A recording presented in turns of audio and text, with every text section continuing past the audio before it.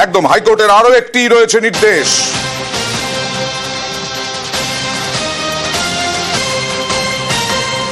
অনেকেই দার্জিলিং প্রিয় এবং তারা মলে গেছেন। এই মল যেতে হয় মল রোড দিয়ে, যা অনেকেই ম্যাল বলে পরিচিত কিন্তু অনেকের কাছে, কিন্তু মল রোড, এই মল রোডে কোনো বেআইনি নির্মাণ করা যাবে না জানিয়ে দিল হাইকোর্ট। এবং এই মল রোডে অবৈধ নির্মাণ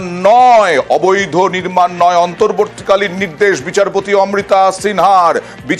অমৃতা সিনহার অন্তর্বর্তীকালীন নির্দেশ। এই মল রোডে কোনো বেআইনি নির্মাণ নয়। সরাসরি চলে যাব প্রতিনিধি অর্ণবের কাছে। এখানে কতগুলো বেআইনি নির্মাণ হয়েছিল বলে এই রকম মামলা হয়েছিল এবং নির্দেশে কি বলা হলো?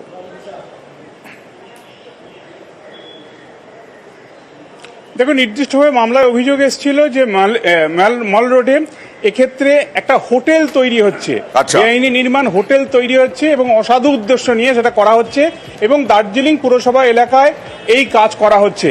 এবং তড়িঘড়ি বিচারপতি অমৃতা সিনহা এই মামলা এবং বিচারপতি জানান, যেহেতু ওই জায়গায় এই ধরনের হোটেল তৈরি করার কোনো আইন বা নিয়ম নেই, কাজেই হাইকোর্ট তার উপর স্থগিতাদেশ চাপাচ্ছে যতক্ষণ না দার্জিলিং পুরসভা কোনো রিপোর্ট হলফনামা আকারে জানাচ্ছে আদতে এই ঘটনাটা কি ঘটছে।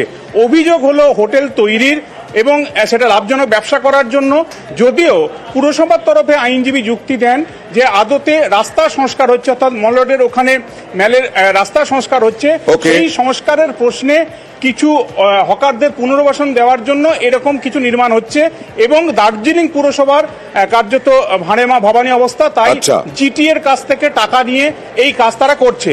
কিন্তু বিচারপতি অমৃতা সিনহা বলেন, যদি রাস্তার সংস্কার হয় সেক্ষেত্রে হোটেল নির্মাণের প্রশ্ন আসবে কি করে। কাজেই রিপোর্ট হলফনামার আকারে দিক দার্জিলিং পুরসভা, তারপরে এই বিষয়ে চূড়ান্ত সিদ্ধান্ত নেবে কলকাতা হাইকোর্ট।